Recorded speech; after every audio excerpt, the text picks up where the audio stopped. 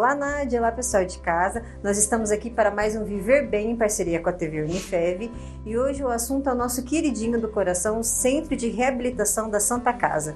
E nós estamos aqui com o fisioterapeuta, o Dr. Luciano Segana, para explicar tudo para a gente, como que atende, qual que é o público. Vamos conferir? Doutor, muito obrigado pela sua participação. Como que funciona o nosso Centro de Reabilitação? Olá, Andressa, eu agradeço pelo convite de poder falar aqui sobre o nosso CTR, né, o Centro Tecnológico de Reabilitação, e ele funciona assim, por enquanto nós estamos atendendo pacientes particulares, né, e ele pode ser por demanda espontânea, pode ser por encaminhamento médico, e ele abrange várias patologias, várias idades.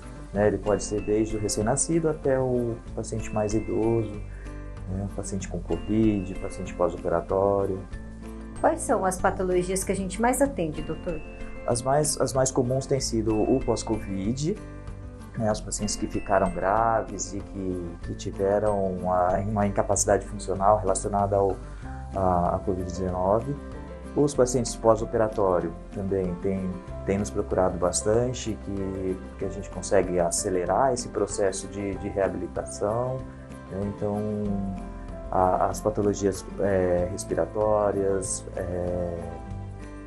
esses são os mais comuns, né, que a gente tem visto lá.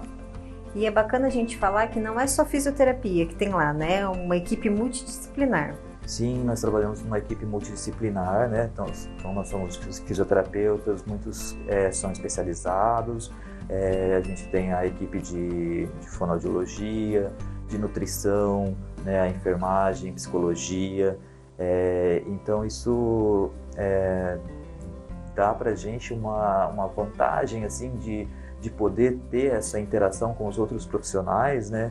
Eles agregam muito na reabilitação desse paciente, poder ter todas essas especialidades num lugar só, né? Porque muitas vezes as pessoas buscam as especialidades, então ele vai para um lugar, depois ele faz pontualmente aquela reabilitação lá com o Nutri, depois ele vai para fono em outro lugar. Então esses deslocamentos a gente minimiza, né, agregando todos ali, né? Hoje com o prontuário eletrônico que a gente utiliza, a gente já consegue ter uma ideia prévia de como esse cliente vai chegar para a gente e já direcionar essa avaliação, né, de acordo com essas histórias que a gente tem dos outros profissionais. Então a equipe multi é muito interessante e valoriza muito a nossa atuação ali, né? Facilita muito para a gente.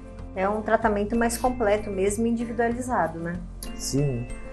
A gente direciona essas avaliações de acordo com a patologia e com os exames que a gente consegue ter ali, todo o histórico desse paciente, que muitas vezes quando ele vai para uma clínica, às vezes ele esquece de levar um exame, alguma coisa assim, então fica uma coisa faltando, né? E diferente para a gente é isso, né? Que a gente já tem essa história desse paciente antes mesmo dele chegar, e a gente consegue já direcionar isso para individualizar o tratamento do paciente quando ele chega. E uma das coisas bacanas da gente falar é que a gente tem muita repercussão de paciente que passou pelo Centro, né, Tecnológico de Reabilitação e está sempre mandando feedback, falando como que teve independência, qualidade de vida. Conta um pouquinho pra gente. Isso eu me lembro assim de dois pacientes mais assim que marcaram mais, né, nessa reabilitação, que é um caso de pós-operatório de ortopédico, né, que ele estava aguardando para ser chamado ainda pelo convênio e ele já começou esse tratamento particular com a gente lá. E no fim ele já havia terminado o protocolo avançado de reabilitação e ainda ele não tinha conseguido a vaga pelo convênio para fazer a reabilitação. Então isso acelerou muito o processo de reabilitação dele, devolveu a ele qualidade de vida e funcionalidade, né, muito próximo do que ele tinha antes da cirurgia. E aí isso marca bastante a gente, né, porque você poder devolver essa pessoa com o mais próximo possível que ela era antes da sua cirurgia é gratificante. E também que me marcou também bastante foi um outro paciente pós-Covid, né, que não conseguia caminhar nem 20 metros, que já tinha sintomas de dispneia, né, falta de ar, e o mais importante, ele tinha dessaturação, né, caía o nível de oxigênio no sangue, e isso é perigoso, né, para o paciente. E após o tratamento, né, ali a gente pôde, com esse paciente específico, nós conseguimos trabalhar todas as técnicas, os equipamentos que a gente tem ali, como a ventilação não invasiva associada com exercício físico, o fortalecimento de musculatura inspiratória, né, fazer a avaliação da força de musculatura respiratória dele e poder tratar esse paciente de uma maneira mais individualizada, fez toda a diferença para ele. E aí depois ele conseguiu já ficar... ter as suas funções, né, restauradas, né, poder caminhar sem ter falta de ar, poder... Isso marca um pouco a gente, né, poder fazer conseguir essas conquistas, né, dessas funções, né. E é tudo mesmo que faz a gente continuar seguindo, né, na nossa missão de salvar vidas. Agora, explicando um pouquinho mais sobre o Covid, quais são as sequelas mais comuns? Bom, os pacientes da Covid, a gente pode dividir eles em leves, moderados e graves, né? Então, os leves têm poucas sequelas, às vezes vai ter ali presente o cansaço, dores de cabeça, uma tosse persistente, né? Uma garganta mais seca, uma coisa assim, mais popularmente assim falando, né? E já os moderados, eles podem aumentar esses sintomas, né? E às vezes ele vai ter necessidade de usar um oxigênio, fazer a oxigenoterapia. E aí já os mais graves, eles vão até, às vezes, precisar de ventilação mecânica, né? Então, como sequelas, eles vão perder muita função, né? Dependendo do nível de comprometimento, principalmente pulmonar e cardíaco que eles têm, as funções, né, deles ficam muito prejudicadas, né? Eles não conseguem fazer suas atividades de vida diária, né? Por exemplo, o paciente que fica entubado em ventilação mecânica, quando ele sai, muitas vezes ele não consegue nem se sentar sozinho, né? Então você tem que fazer todo um trabalho desde do recrutamento muscular ali para ele com eletroestimulação, quando ele ainda não consegue nem mover os membros, né, e fazer a contração voluntária, então você faz eletroestimulação.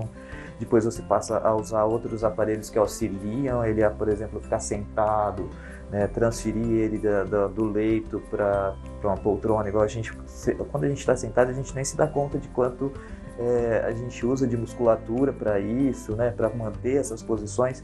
E quando ele perde essas funções, né, é aí que a gente vai se dar conta disso. E aí, então, a gente tendo esses equipamentos, né, no nosso centro de reabilitação, faz essa diferença, né, de poder atuar nessas sequelas, né, e minimizar isso. Os pacientes mais graves levam mais tempo, né? Às vezes ele vai ficar 2, 3 meses para até que ele consiga voltar a ficar de pé, né, sozinho. Varia muito, né, de acordo com o nível de comprometimento que ele teve, e ele vai ter uma quantidade de sequelas, né, um tipo de sequela. A maioria motora, né, por causa às vezes, o uso de alguns medicamentos que geram um efeito colateral, né, por os bloqueadores neuromusculares, né, que é usado durante a ventilação mecânica, ou mesmo o corticoide, né, ele tem uma ação sobre o músculo que prejudica a função, né, muscular. Então eles têm umas sequelas mais graves, né, e mais persistentes.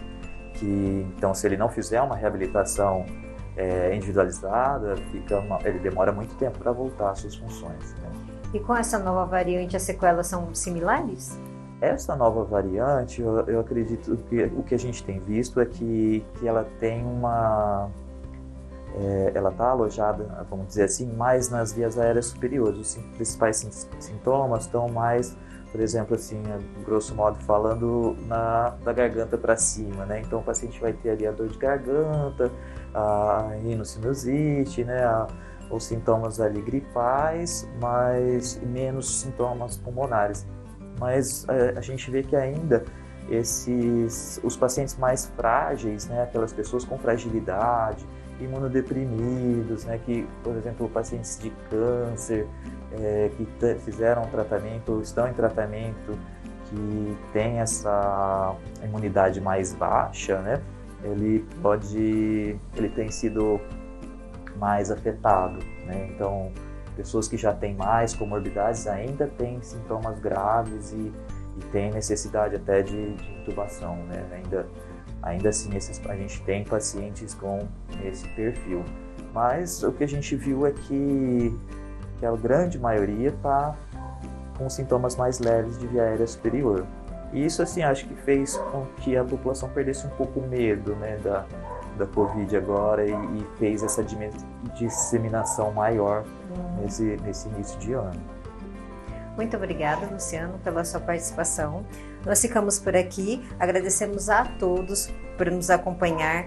Nós estamos abertos aqui a sempre trazer informação, saúde, qualidade de vida e principalmente relatos tão emocionantes sobre os nossos serviços. Até a próxima!